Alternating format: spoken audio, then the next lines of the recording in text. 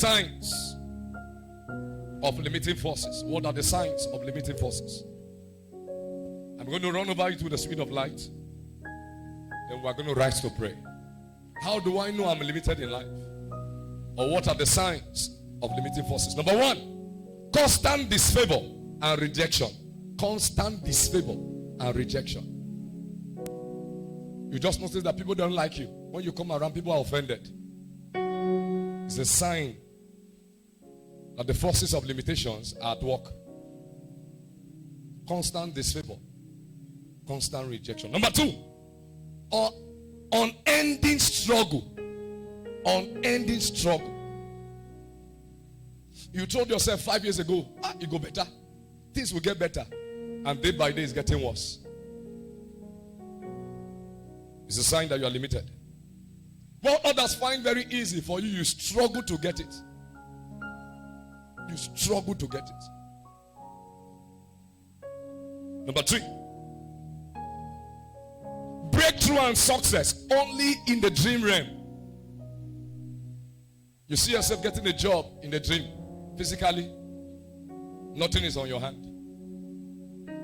You see people give you money in the dream. You wake up for 2 years, nobody has brought money. Breakthrough and success only in the dream realm. Then number four, because of our time, disappointment and near success syndrome. Disappointment, near success syndrome.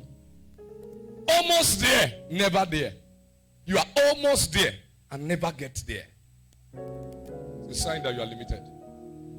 If you see these four things at work in your life, it's just for the sake of these signs I'm giving us for. There are so many. They know that limiting forces are on assignment over your life. What are the keys to breaking limitations? Number one, salvation.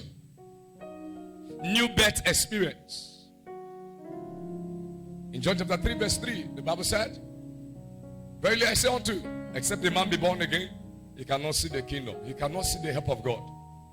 He can't be set free. It all starts at new birth, salvation. The people that comes to church, but the truth about the matter is they are not born again. New birth talks of surrendering fully, totally to the Lordship of Christ. New birth. Everyone under the sound of my voice, if you are not born again, you will suffer again. If you are not born again, you will suffer again. So one of the ways to come out of it, surrender to Jesus. As I bring this service to a close, you know Jesus is not happy with your life. The reason why you are going all of this bunch of trouble is today your one leg is in church, your one leg is in the world. No, today make up your mind, surrender fully to Jesus. As I make the altar call, be the first to come out. Be the first to come and surrender totally to Jesus. Key number two to breaking limitation. Number two is what I call vigorous prayers. Vigorous prayers. This way a mother decides from this service that every night I'm going to be up to pray. This way a man decides from this service that every night I'm going to spend time, I'm going to address the forces that are limiting my life. This way a young man tells himself, I am too young to be going through all of this nonsense. I have strength and I'm going to pay the price in the place of prayer. This way a young lady tells herself, I'm not just building for nothing. I'm going to spend more time in the place of prayer. I am going to check the devil out of my destiny. And you take out time to pray. Daily prayers. I recommend daily prayers on matters like this. You are limited, then what are you doing on your bed? You rise at the middle of the night and you begin to pray. You begin to cry to the God of Jacob for help, for deliverance. And number three, after you pray, make a vow. Lord, if you do this for me, if you bring me out of this is what I'm going to do.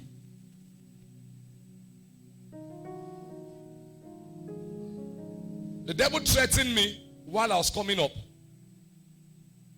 There was one day after praying, then I had the dream. And I have not shared it even with my wife.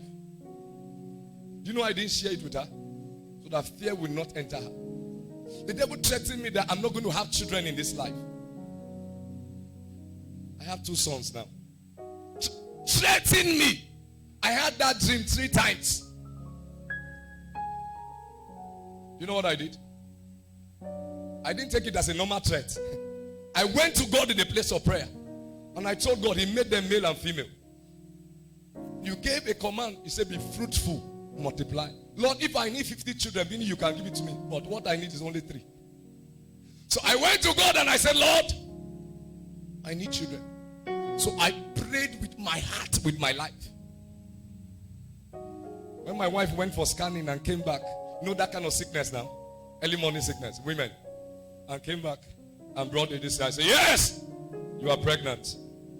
So I went to the place of prayer and I told the devil, I said, devil, look at the result.